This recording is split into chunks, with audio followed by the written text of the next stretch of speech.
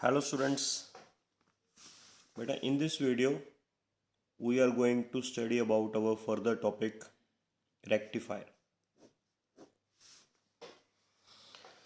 Rectifier, it is a device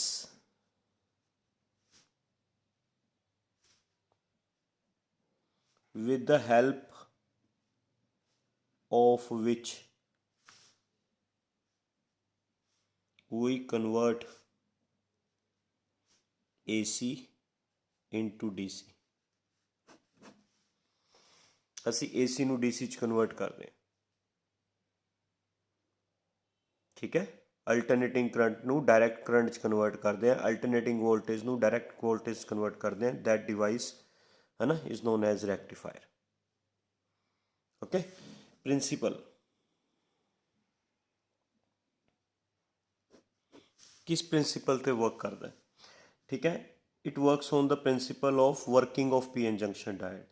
भी when असी P N junction diode नू forward bias करांगे, forward biasing P N junction diode electricity conduct करता है and in reverse biasing does not conduct electricity, है ना। ये तुसी मैं थोड़ा अपनी प्रीवियस वीडियो समझा के हटे भी जो असी किसी पी एन जंक्शन डायड नू फॉरवर्ड बायसिंग लगावांगे तो इलैक्ट्रिसिटी कंडक्ट करेगा क्योंकि वो रजिस्टेंस घट जाती है। एंड जो असी उन्होंने रिवर्स बायसिंग लगाने फिर वो इलैक्ट्रिसिटी कंडक्ट नहीं करता क्योंकि वो रजिस्टेंस बढ़ जाती है, ठीक है। फॉरवर्ड बायसिंग किमें करते हैं, रिवर्स बायसिंग किमें करते हैं, थोड़ा सारा कुछ ऑलरेडी मैं अपने प्रीवियस वीडियो दस चुका, ठीक है। हुण बेटा जो रैक्टीफायर ने दो तरह के होंगे ने। Rectifiers is of two types, half wave rectifier and full wave rectifier. ये दो तरह के होंगे ने। Rectifiers are of two types, one is half wave rectifier and second one is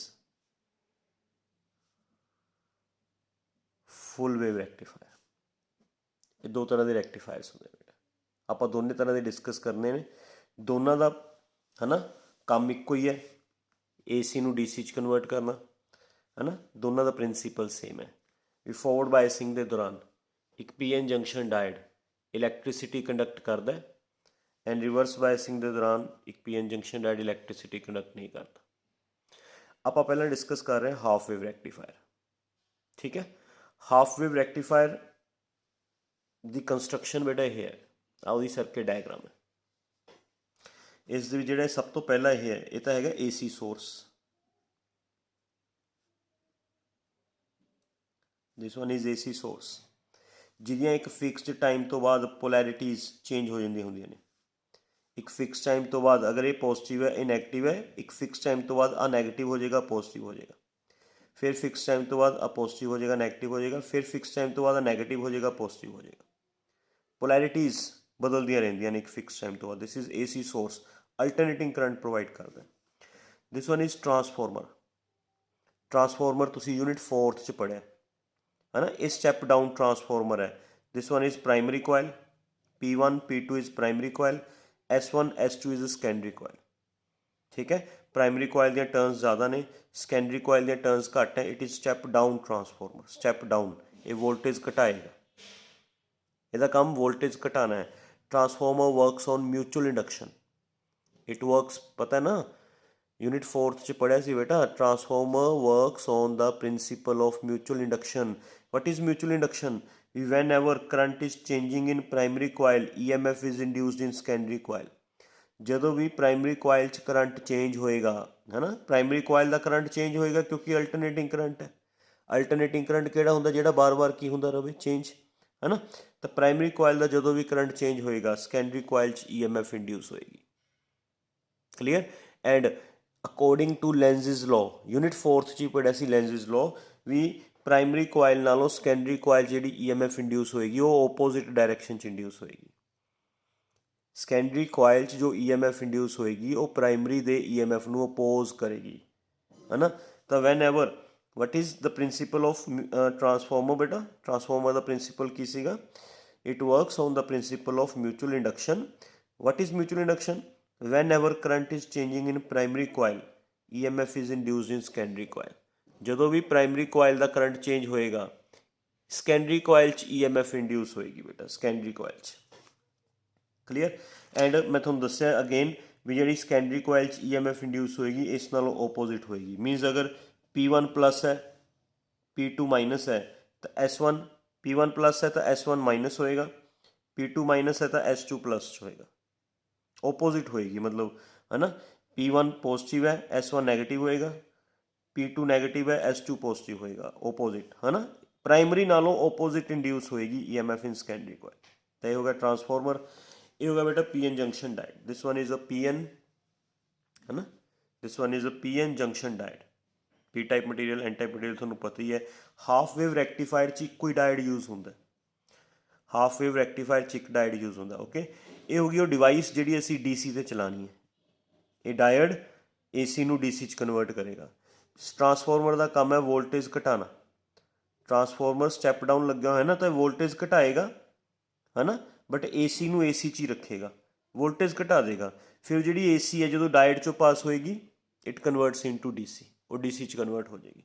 ਆਹ ਉਹ ਡਿਵਾਈਸ ਹੈ ਜਿਹੜੀ ਅਸੀਂ ਚਲਾਉਣੀ ਹੈ DC 'ਤੇ। ਕੋਈ ਬਲਬ ਹੈ ਨਾ, ਕੋਈ ਮੋਬਾਈਲ ਚਾਰਜਰ ਹੈ ਜਿਹੜਾ ਅਸੀਂ DC ਤੇ ਚਲਾਉਣਾ, ਉਹ ਡਿਵਾਈਸ ਹੈ ਬੇਟਾ।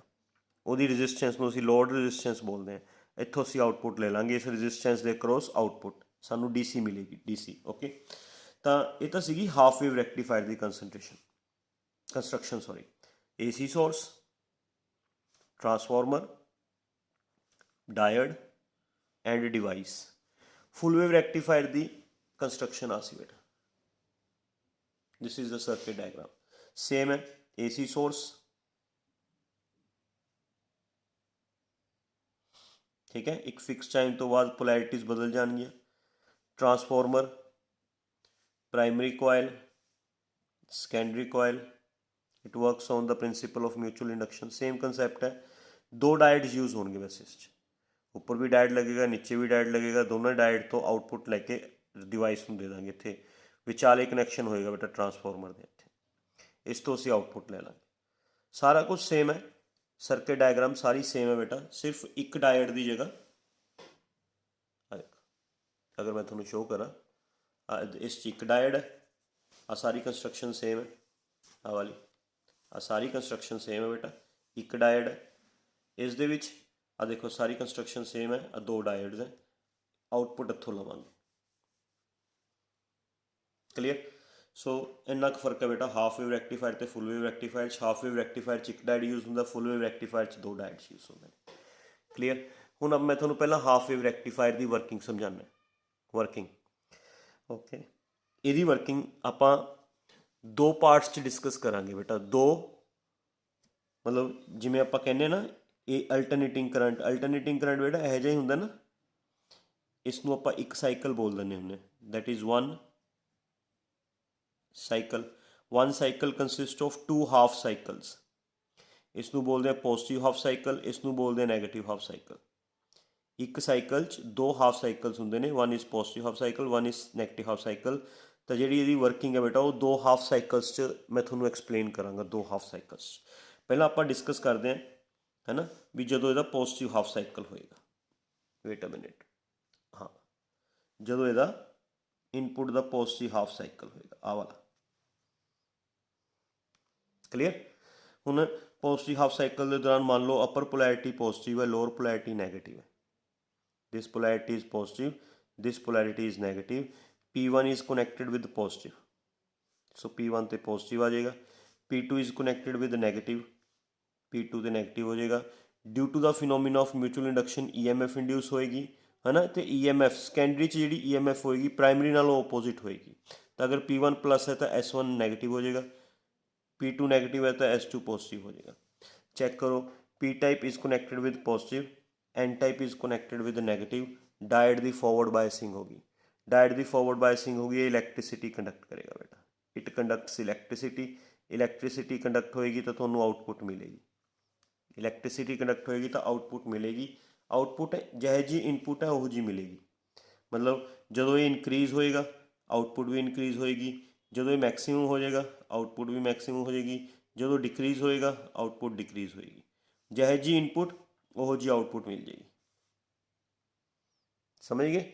ਜਦੋਂ ਇਨਪੁੱਟ ਇਨਕਰੀਜ਼ ਆਊਟਪੁੱਟ ਵੀ increase, input increase output increase, input decrease output decrease. Clear? ਹੁਣ ਜਦੋਂ ਨੈਗੇਟਿਵ ਹਾਫ ਸਾਈਕਲ ਆਏਗਾ, during negative half cycle, negative half cycle 'ਚ ਕੀ ਹੋਏਗਾ ਬੇਟਾ? ਨੈਗੇਟਿਵ ਹਾਫ ਸਾਈਕਲ 'ਚ ਪੋਲੈਰਿਟੀਜ਼ ਹੈ ਨਾ, ਇਹ ਵਾਲੀ ਪੋਲੈਰਿਟੀ ਪੋਜ਼ਿਟਿਵ ਸੀ ਨੈਗੇਟਿਵ ਹੋ ਜਾਏਗੀ, ਇਹ ਨੈਗੇਟਿਵ ਸੀ ਪੋਜ਼ਿਟਿਵ ਹੋ ਜਾਏਗੀ, पोलैरिटीज़ इंटरचेंज हो जाएंगी। P1 कनेक्टेड विद नेगेटिव, ये बेटा नेगेटिव हो जाएगा।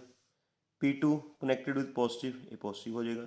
Due to phenomena of mutual induction P1 negative है, S1 पॉजिटिव हो जाएगा, है ना। P2 पॉजिटिव है, S2 नेगेटिव हो जाएगा, ये नेगेटिव हो जाएगा बेटा। ठीक है। Now P type is connected with negative, N type is connected with positive. ये डायड की किहड़ी बायसिंग होगी? Reverse biasing. Diode electricity conduct नहीं करेगा, मतलब नैगेटिव साइकिल के दौरान, है ना, नैगेटिव साइकिल के दौरान तुहानू आउटपुट नहीं मिलेगी, इत्थे आउटपुट नहीं मिलनी। फिर पॉजिटिव साइकिल के दौरान की होएगा? पॉजिटिव हाफ साइकिल के दौरान फिर दोबारा तो देखो, पॉजिटिव हाफ साइकिल के दौरान दोबारा तो आ पोलैरिटी की हो जाएगी बेटा? आ खत्म हो जाएगी ना, आ पोलैरिटीज़ खत्म हो जाएगी, आ पॉजिटिव हो जाएगी, नैगेटिव हो जाएगी। Now P1 is connected with positive, P2 is connected with negative, S1 becomes negative, S2 becomes positive, P type is connected with positive, direct forward bias हो गया, आउटपुट मिलेगी, है ना, आउटपुट एवं मिलेगी। जिमें जिमें इनपुट इंक्रीज होएगी output increase, input maximum output maximum, input decrease output decrease, जिमें जिमें इनपुट चेंज होएगा उमें उमें आउटपुट चेंज हो जाएगी। क्लीयर?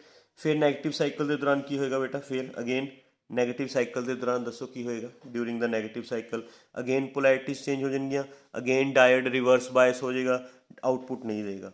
हर नैगेटिव साइकिल में डायड खत्म कर देगा, हर पॉजिटिव साइकिल के दौरान आउटपुट देगा, हर नैगेटिव साइकिल को एलिमिनेट कर देगा, है ना। तो हाफ वेव रैक्टिफायर, है ना, ने इनपुट नूं यह जी आउटपुट च कन्वर्ट करता। इनपुट तुसीं आ दोगे, उस इनपुट तो आउटपुट आ मिलेगी। तो बेटा इनपुट नालों आउटपुट च फर्क है। इनपुट च तो दोनों तरह के साइकिल सीगे, पॉजिटिव साइकिल भी सी, नैगेटिव साइकिल भी सीगी।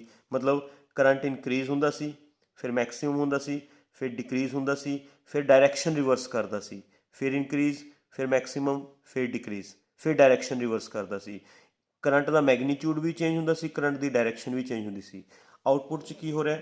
करंट इनक्रीज होएगा, मैक्सिमम होएगा, डिक्रीज होएगा, है ना, फिर डायरैक्शन रिवर्स नहीं करेगा, फिर कुछ देर जीरो रहेगा, फिर इंक्रीज, है ना, फिर मैक्सिमम, फिर डिक्रीज, फिर डायरेक्शन रिवर्स नहीं करेगा। करंट अपनी डायरेक्शन तो रिवर्स करना बंद कर गया ना, है ना। बोलो, ये अल्टरनेटिंग करंट है जिहड़ा अपना मैगनीट्यूड भी चेंज कर रहा है एंड डायरेक्शन भी रिवर्स कर रहा है।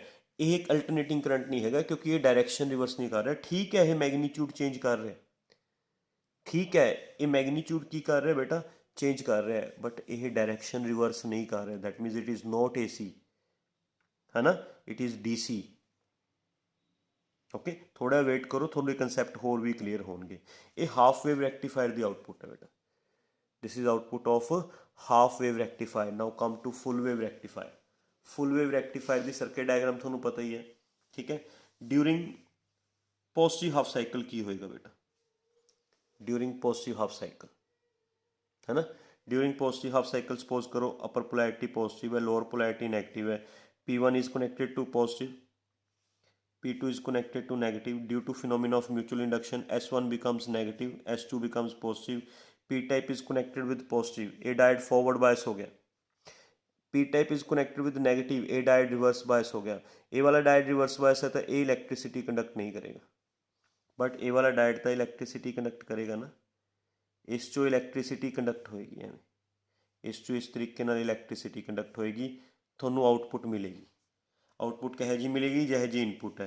मतलब जिमें जिमें इनपुट इंक्रीज होएगी आउटपुट मिलेगी, आउटपुट इंक्रीज होएगी, इनपुट मैक्सिमम हो जाएगी तो आउटपुट भी मैक्सिमम, इनपुट डिक्रीज होएगी तो आउटपुट भी डिक्रीज। क्लीयर, ਜਿਹੇ जी इनपुट हो जी ਤੁਹਾਨੂੰ आउटपुट मिलेगी। ठीक है, ड्यूरिंग नैगेटिव साइकिल की होएगा बेटा, ड्यूरिंग नैगेटिव साइकिल चेक करो, ड्यूरिंग नैगेटिव साइकिल ये पोलैरिटीज़ चेंज हो जाएगी, ये नैगेटिव बन जाएगी, ये पॉजिटिव बन जाएगी। Now P1 becomes negative, P2 becomes positive due to phenomena of mutual induction, S1 becomes positive, S2 becomes negative, है ना, नेगेटिव हो गया। P type is connected with negative, P type is connected negative, ये reverse bias हो गया, that means ये electricity conduct नहीं करेगा, ये इलेक्ट्रिसिटी कंडक्ट नहीं करेगा, है ना। बट ऊपर डायरेक्ट देखो P type is connected with positive, ये फॉरवर्ड बायस हो गया, ये इलेक्ट्रिसिटी कंडक्ट करेगा, है ना। आउटपुट, है ना, करंट मिलेगा, आउटपुट मिलेगी, दैट मीन्स। अच्छा चेक करो, जी रजिस्टेंस है इस during positive half cycle, during positive half cycle भी करंट की डायरैक्शन यही सी इधर ਨੂੰ, and during negative half cycle भी करंट की डायरैक्शन सेम इधर ਨੂੰ है। करंट ने दोनों हाफ साइकिल्स डायरैक्शन तो नहीं चेंज की through resistance, during positive half cycle भी करंट की डायरैक्शन यही सी, ड्यूरिंग नैगेटिव हाफ साइकिल भी रजिस्टेंस चों करंट की direction remains same, direction same रहेगी तो असीं ये ग्राफ नीचे नूं नहीं बनावांगे, उपर नूं बनावांगे, समझ गए। नीचे नूं बनाउण दा मतलब की है भी डायरैक्शन रिवर्स होना, नीचे नूं ग्राफ बनाउण दा मतलब की हुंदा डायरैक्शन रिवर्स होना, है ना। इत्थे करंट की direction during positive half cycle भी इधर नूं ही सी, and during negative half cycle भी इधर नूं ही है ना। तो असीं ये उपर नूं बनावांगे, जिमें जिमें इनपुट इनक्रीज होएगी आउटपुट इनक्रीज होएगी, input becomes maximum output becomes maximum, input decrease होएगी आउटपुट डिक्रीज होएगी, मतलब नैगेटिव साइकिल के दौरान भी, नैगेटिव साइकिल के दौरान भी थोनों पॉजिटिव साइकिल वर्गी आउटपुट मिलेगी। सिर्फ करंट की डायरैक्शन, है ना, ये नैगेटिव साइकिल का मतलब बेटा ग्राफ नीचे नूं जाण दा मतलब की है भी करंट की डायरैक्शन रिवर्स होगी, रिवर्स, इस चों करंट की डायरैक्शन रिवर्स नहीं हुई, इस करके असीं पॉजिटिव साइकिल का ग्राफ उपर नूं बनाया सी, तां नैगेटिव साइकिल का भी ग्राफ उपर नूं बनावा। उपर नूं बनाउण दा मतलब समझ गए बेटा भी उपर नूं क्यों बनाया, नीचे नूं क्यों नहीं बनाया। नीचे नूं तां बनाउंदे जे रजिस्टेंस चों करंट की डायरैक्शन उल्ट जाती, करंट उधर नूं हो जाता, भी पहले साइकिल के दौरान करंट इधर नूं है, दूसरे साइकिल के दौरान करंट इधर नूं हो जाता, है ना। फिर असीं नीचे नूं बनाउंदे, ये तो फस्ट साइकिल के दौरान भी करंट इधर नूं है, सैकेंड साइकिल के दौरान भी करंट इधर नूं है, करंट ने अपनी डायरैक्शन चेंज नहीं की, इस करके असीं उपर नूं बनावांगे, क्लीयर। अच्छा फिर पॉजिटिव साइकिल के दौरान की होएगा बेटा दसो, पॉजिटिव साइकिल के दौरान फिर पोलैरिटीज़ बदल जाएंगियां, negative becomes positive, positive becomes negative, P1 becomes positive, P2 becomes negative, S1 becomes negative, S2 becomes positive, P type is connected with positive, ये वाला डायरेक्ट फॉरवर्ड बायस हो गया, इलैक्ट्रिसिटी पास आउट करेगा। उपरला direct P type is connected with negative, reverse bias हो गया, electricity pass out नहीं करेगा। हुण उपरला डायरेक्ट रिवर्स बायस हो गया, नीचे वाला फॉरवर्ड बायस, तो फॉरवर्ड बायस होकर नीचे वाला डायरेक्ट इलैक्ट्रिसिटी कंडक्ट करेगा, रजिस्टेंस के थ्रू आउटपुट फिर मिलेगी, मतलब ਆਪਾਂ ਨੂੰ हर साइकिल के दौरान आउटपुट मिलेगी, हर साइकिल के दौरान एक, है ना, एक पॉजिटिव हाफ साइकिल के दौरान नीचे वाला डायरेक्ट इलैक्ट्रिसिटी कंडक्ट कर दिंदा है, आउटपुट मिल जाती है, एंड नैगेटिव साइकिल के दौरान उपरला डायरेक्ट इलैक्ट्रिसिटी कंडक्ट कर दिंदा है, अगेन आउटपुट मिल जाती है। ਆਪਾਂ ਨੂੰ ਇਹੋ ਜਿਹੀ आउटपुट मिलेगी बेटा फुल वेव रैक्टिफायर की, मतलब अगर मैं ਤੁਹਾਨੂੰ प्रॉपर शो करा ਐਵੇਂ, मैं ਤੁਹਾਨੂੰ उधर शो करदा, देखो ਐਵੇਂ आउटपुट मिलेगी,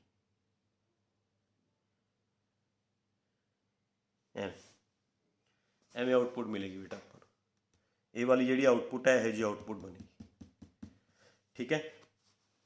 हाफ वेव रैक्टिफायर ਇਹੋ ਜਿਹੀ आउटपुट ਦਿੰਦਾ ਸੀਗਾ, देखो, है ना, नैगेटिव साइकिल खत्म कर दिंदा सी, इस नैगेटिव साइकिल के दौरान भी आउटपुट मिल रही है, ਇਹੋ ਜਿਹੀ आउटपुट मिलेगी। डायरैक्ट करंट पता किहो जिहा हुंदा है, डायरैक्ट करंट आ हुंदा बेटा जिहड़ा एक बारी इनक्रीज होने तो बाद कॉन्सटेंट हो जाए, एक बारी इनक्रीज होने तो बाद कॉन्सटेंट हो जाए, ये एक बारी इनक्रीज होने तो बाद थोड़ा थोड़ा वेरी कर रहा है, थोड़ा थोड़ा वेरी तो कर रहा है बट थोड़ा थोड़ा वेरी कर रहा है ना। ਇਹਦਾ मतलब ਜਿਹੜੀ आउटपुट्स मिल रही ने ਆਪਾਂ ਨੂੰ, है ना, ਜਿਹੜੀਆਂ ਇਹ आउटपुट्स मिल रही ने, ये आउटपुट्स इंप्योर DC ने, इंप्योर DC ਤਾਂ ਹੈਗੀਆਂ ਨੇ, इंप्योर DC पता किहनूं ਕਹਿੰਦੇ ਨੇ, मीनस DC ਤਾਂ ਹੈਗੀਆਂ ਨੇ, ਇਸ ਦੇ ਵਿੱਚ AC ਦੇ ਕੁਝ ਕੰਪੋਨੈਂਟਸ ਹੁੰਦੇ ਨੇ, DC ਦੇ ਨਾਲ ਨਾਲ AC ਦੇ ਕੁਝ ਕੰਪੋਨੈਂਟਸ ਦਾ ਪ੍ਰੈਜ਼ੈਂਟ ਹੋਣਾ, ਉਹਨੂੰ ਕਹਿੰਦੇ ਨੇ ਇੰਪਿਓਰ DC, ਇਹ ਵੀ ਡੀਸੀ ਇੰਪਿਓਰ ਹੈ, ਇਸ 'ਚ ਵੀ ਡੀਸੀ ਦੇ ਨਾਲ ਏਸੀ ਦੇ ਕੰਪੋਨੈਂਟਸ ਪ੍ਰੈਜ਼ੈਂਟ ਹੈ, ਇਸ 'ਚ ਵੀ ਡੀਸੀ ਦੇ ਨਾਲ ਏਸੀ ਦੇ ਕੰਪੋਨੈਂਟਸ ਪ੍ਰੈਜ਼ੈਂਟ ਹੈ। ਇਹ ਵੀ ਜਿਹੜੀ ਡੀਸੀ ਹੈ ਇਹ ਵੀ ਇੰਪਿਓਰ ਹੈ। ਇਹ ਜ਼ਿਆਦਾ ਇੰਪਿਓਰ ਹੈ, ਇਹ ਘੱਟ ਇੰਪਿਓਰ ਹੈ। ਮਤਲਬ ਐਵੇਂ ਲਾ ਲਓ ਵੀ ਇਹ ਜ਼ਿਆਦਾ ਪਿਓਰ ਹੈ, ਆਹ ਵਾਲੀ ਡੀਸੀ ਜ਼ਿਆਦਾ ਪਿਓਰ ਹੈ, ਆਹ ਇੰਪਿਓਰ ਹੈ। ਹੈਗੀਆਂ ਦੋਨੇ ਇੰਪਿਓਰ ਨੇ, ਆਹ ਜ਼ਿਆਦਾ ਪਿਓਰ ਹੈ, ਆਹ ਘੱਟ ਪਿਓਰ ਹੈ। ਸਮਝ ਗਏ, ਦੋਨੇ ਇੰਪਿਓਰ ਨੇ। ਠੀਕ ਹੈ, ਡੀਸੀ ਕਿੰਨੀ ਪਿਓਰ ਹੈ, ਕਿੰਨੀ ਅੱਛਾ, ਇਸ ਇੰਪਿਓਰ ਡੀਸੀ ਨੂੰ ਨਾ ਰਿਪਲਡ ਡੀਸੀ ਕਹਿੰਦੇ ਨੇ। ਰਿਪਲਡ ਡੀਸੀ, ਇੰਪਿਓਰ ਡੀਸੀ ਨੂੰ ਰਿਪਲਡ ਡੀਸੀ ਕਹਿੰਦੇ ਨੇ। ਰਿਪਲਡ ਡੀਸੀ ਕਿੰਨੀ ਇੰਪਿਓਰ ਹੈ ਉਹ ਤੁਹਾਨੂੰ ਰਿਪਲ ਫੈਕਟਰ ਦੱਸੇਗਾ। ਰਿਪਲ ਫੈਕਟਰ ਕੀ ਹੁੰਦਾ ਹੈ, ਲਿਸਨ, ਰਿਪਲ ਫੈਕਟਰ, ਰਿਪਲ ਹੈ ਬੇਟਾ ਪੀ ਨਾਲ, ਰਿਪਲ ਫੈਕਟਰ। ਰਿਪਲ ਫੈਕਟਰ ਹੁੰਦਾ ਵੈਲਿਊ ਆਫ AC components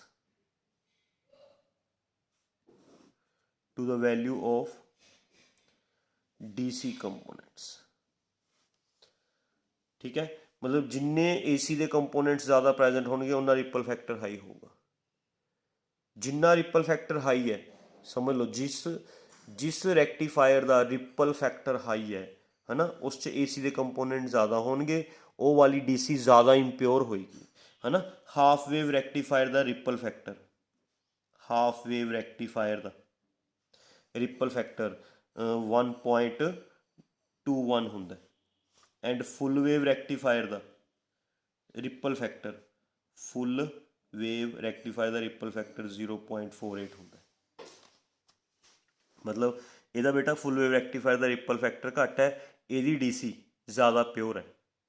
ਜਾਂ ਐਵੇਂ ਕਰ ਲਓ, ਇਹਦੀ ਡੀਸੀ ਲੈਸ ਇੰਪਿਓਰ ਹੈ, ਲੈਸ ਇੰਪਿਓਰ ਜਾਂ ਮੋਰ ਪਿਓਰ। ਇਹਦਾ ਰਿਪਲ ਫੈਕਟਰ ਹਾਈ ਹੈ, ਇਹਦੀ ਡੀਸੀ ਹੈ ਨਾ ਮੋਰ ਇੰਪਿਓਰ ਹੈ, ਜਾਂ ਕਹਿ ਲਓ ਲੈਸ ਪਿਓਰ ਹੈ। ਘੱਟ ਪਿਓਰ ਹੈ, ਲੈਸ ਪਿਓਰ ਜਾਂ ਜ਼ਿਆਦਾ ਇੰਪਿਓਰ ਹੈ। Half wave ਰੈਕਟੀਫਾਇਰ, half wave rectifier ਦਾ ਰਿਪਲ ਫੈਕਟਰ ਹਾਈ ਹੁੰਦਾ ਬੇਟਾ। ਜਿਸ ਦਾ ਰਿਪਲ ਫੈਕਟਰ ਜਿੰਨਾ ਹਾਈ ਹੋਏਗਾ ਉਸ 'ਚ ਓਨੇ AC ਦੇ ਕੰਪੋਨੈਂਟਸ ਜ਼ਿਆਦਾ ਹੋਣਗੇ। ਜਿਸ 'ਚ AC ਦੇ ਕੰਪੋਨੈਂਟ ਜ਼ਿਆਦਾ ਹੋਣਗੇ ਉਹ ਵਾਲੀ ਇੰਪਿਓਰ ਹੋਏਗੀ। ਕਲੀਅਰ। ਅੱਛਾ, ਅਸੀਂ ਜਿਹੜੀ ਇਹ ਇੰਪਿਓਰ DC ਹੈ, ਇੰਪਿਓਰ DC ਨੂੰ ਅਸੀਂ ਪਿਓਰ DC 'ਚ ਕਨਵਰਟ ਕਰ ਸਕਦੇ ਹਾਂ। ਇੰਪਿਓਰ DC ਨੂੰ ਅਸੀਂ ਪਿਓਰ DC 'ਚ ਕਨਵਰਟ ਕਰ ਸਕਦੇ ਹਾਂ with the help of filter circuit.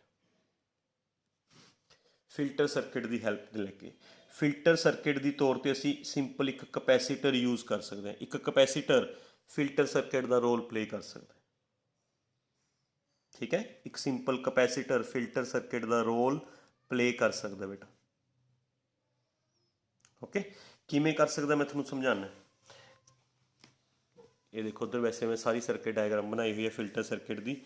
ਇੱਥੋਂ ਤਾਂ ਆਪਾਂ ਦੇਵਾਂਗੇ input AC। Okay, this one is rectifier, ਇਹ ਰੈਕਟੀਫਾਇਰ ਹੈ। ਇਨਪੁਟ AC ਜਦੋਂ ਰੈਕਟੀਫਾਇਰ 'ਚ ਜਾਏਗੀ ਹੈ ਨਾ, ਇਹ ਰਿਪਲਡ DC, ਮਤਲਬ DC ਪਲਸ AC, DC ਦੇ ਕੰਪੋਨੈਂਟਸ ਹੋਣਗੇ, AC ਦੇ ਕੰਪੋਨੈਂਟਸ ਹੋਣਗੇ। ਓਕੇ, ਇਹਨੂੰ ਆਪਾਂ ਬੋਲਾਂਗੇ ਰਿਪਲਡ DC, ਜਾਂ ਕਹਿ ਲਓ ਇੰਪਿਓਰ DC। ਰਿਪਲਡ DC ਹੋਏਗੀ, ਇੱਥੇ DC ਵੀ ਹੋਏਗੀ ਪਲਸ AC ਦੇ ਕੰਪੋਨੈਂਟਸ ਵੀ ਹੋਣਗੇ, ਹੈ ਨਾ। ਜਦੋਂ ਇੱਥੇ ਪਹੁੰਚੇਗੀ ਬੇਟਾ, AC ਦੇ ਕੰਪੋਨੈਂਟਸ ਕਪੈਸੀਟਰ 'ਚੋਂ ਬਾਈਪਾਸ ਹੋ ਜਾਣਗੇ, ਮੁੜ ਜਾਣਗੇ। AC ਕੰਪੋਨੈਂਟਸ, ਹੈ ਨਾ। ਅੱਗੇ ਜਿਹੜੇ ਕੰਪੋਨੈਂਟਸ ਜਾਣਗੇ ਅੱਗੇ, ਇਹ ਸਿਰਫ DC ਕੰਪੋਨੈਂਟਸ ਜਾਣਗੇ। DC ਪਿਓਰ DC ਜਾਏਗੀ ਅੱਗੇ, ਤਾਂ ਇੱਥੋਂ ਆਪਾਂ ਨੂੰ ਪਿਓਰ DC ਮਿਲੇਗੀ। AC ਦੇ ਕੰਪੋਨੈਂਟਸ ਇੱਧਰ ਮੁੜ ਜਾਂਦੇ ਹੁੰਦੇ ਨੇ। AC ਦੇ ਕੰਪੋਨੈਂਟਸ ਕਿਉਂ ਮੁੜ ਜਾਂਦੇ ਨੇ, ਵੈਸੇ ਮੈਂ ਤੁਹਾਨੂੰ ਯੂਨਿਟ 4th 'ਚ ਵੀ ਦੱਸਿਆ, ਮੈਂ ਦੁਬਾਰਾ ਤੋਂ ਦੱਸ ਦਿੰਦਾ। ਜਿਹੜਾ ਕਪੈਸੀਟਰ ਹੁੰਦਾ, ਕਪੈਸੀਟਰ ਦਾ ਰੈਕਟੈਂਸ 1/ωc ਹੁੰਦਾ, ਯੂਨਿਟ 4th 'ਚ ਪੜ੍ਹਿਆ। ਓਮੇਗਾ ਦਾ ਫਾਰਮੂਲਾ ਹੁੰਦਾ 2πν, ਹੈ ਨਾ। ਤਾਂ ਅਗਰ ਆਪਾਂ ਇਹਨੂੰ 4DC ਸੋਲਵ ਕਰੀਏ, DC ਦੀ ਫ੍ਰੀਕੁਐਂਸੀ ਹੁੰਦੀ ਹੈ 0, है ना, रिएक्टेंस कैपेसिटर दा 1/2 पाई न्यू सी 1/0 इनफिनिटी, है ना। मतलब जी DC है, DC का DC वास्ते फॉर DC कैपेसिटर का रिएक्टेंस इनफिनिटी होंगे। कैपेसिटर का रिएक्टेंस इनफिनिटी मतलब कैपेसिटर ब्लॉक्स DC, कैपेसिटर अपने विचों DC नूं पास आउट होने नहीं देता, इस करके DC सीधी चली जाती है। कैपेसिटर अपने आप अपने विचों DC नूं पास आउट होने नहीं देता, इस करके DC अगे निकल जाती है। अबाउट AC, है ना, फॉर AC अल्टरनेटिंग करंट की फ्रीकुएंसी हाई होंगी है। बेटा जी फ्रीकुएंसी हाई होगी तो रिएक्टेंस तो फ्रीकुएंसी का रिलेशन इनवर्स है, तो रिएक्टेंस लो होएगा, है ना। रिएक्टेंस लो होएगा, दैट मीनस कैपेसिटर अलाउज AC, तो कैपेसिटर अपने विचों AC नूं पास आउट होने दे दिंदा बट DC नूं ब्लॉक कर लैंदा है ना। इस करके जिहड़े AC के कंपोनेंट्स होणगे कैपेसिटर चों पास होकर बाईपास हो जाएंगे, वापस मुड़ जाएंगे। कैपेसिटर अपने विचों DC नूं पास आउट होने नहीं दिंदा, इस करके DC अगे चली जाएगी, है ना। इस तरीके नाल असीं एक फिल्टर, आ वाला सर्किट फिल्टर सर्किट है बेटा, आ वाला this is known as filter circuit, इनू बोलांगे आपां फिल्टर सर्किट। फिल्टर सर्किट लगा के असीं इंप्योर DC नूं प्योर DC च कन्वर्ट कर सकते हैं। AC के कंपोनेंट्स वापस मुड़ जाएंगे, DC अगे चली जाएगी, समझ गए। AC के कंपोनेंट्स वापस मुड़ जाएंगे, DC अगे चली जाएगी। ओके, कोई confusion? So this is about the rectifier, half wave rectifier, full wave rectifier आप दोनों कंप्लीट कर चुके हैं, ठीक है। ਜਿਹੜੇ ਇਹਦੇ ਵਿੱਚ ਫਾਰਮੂਲੇ ਨੇ ਉਹ ਕੋਈ ਮਤਲਬ ਇਹਦੇ ਆਪਣੇ ਫਾਰਮੂਲੇ ਨਹੀਂ ਹੈਗੇ, है ना। ਉਹ ਸਾਰੇ ਫਾਰਮੂਲੇ ਆਪਾਂ ਨੇ ਯੂਨਿਟ 4th 'ਚ ਆਲਰੇਡੀ ਪੜ੍ਹੇ ਹੋਏ ਨੇ। ਜਦੋਂ ਆਪਾਂ ਨੂਮੈਰੀਕਲ ਕਰਾਂਗੇ ਤਾਂ ਇੱਕ ਵਾਰੀ ਆਪਾਂ ਪਹਿਲਾਂ ਉਹ ਫਾਰਮੂਲੇ ਜ਼ਰੂਰ ਡਿਸਕਸ ਕਰਾਂਗੇ। ਹੁਣ ਫਾਰਮੂਲੇ ਡਿਸਕਸ ਕਰਨ ਦਾ ਕੋਈ ਬੈਨੀਫਿਟ ਨਹੀਂ ਹੈਗਾ। ਨੂਮੈਰੀਕਲ ਵਾਲੀ ਵੀਡੀਓ ਦੇ ਵਿੱਚ ਜਦੋਂ ਆਏਗੀ ਨਾ ਤੁਹਾਨੂੰ ਉਸ ਦੇ ਵਿੱਚ ਮੈਂ ਤੁਹਾਨੂੰ ਇਹਦੇ ਫਾਰਮੂਲੇ ਜ਼ਰੂਰ ਡਿਸਕਸ ਕਰਵਾਵਾਂ, ਠੀਕ ਹੈ। Understand? So this is all about rectifiers, half wave rectifier and full wave rectifier. Understand? समझ गए? Hope you understand very well. Thank you very much.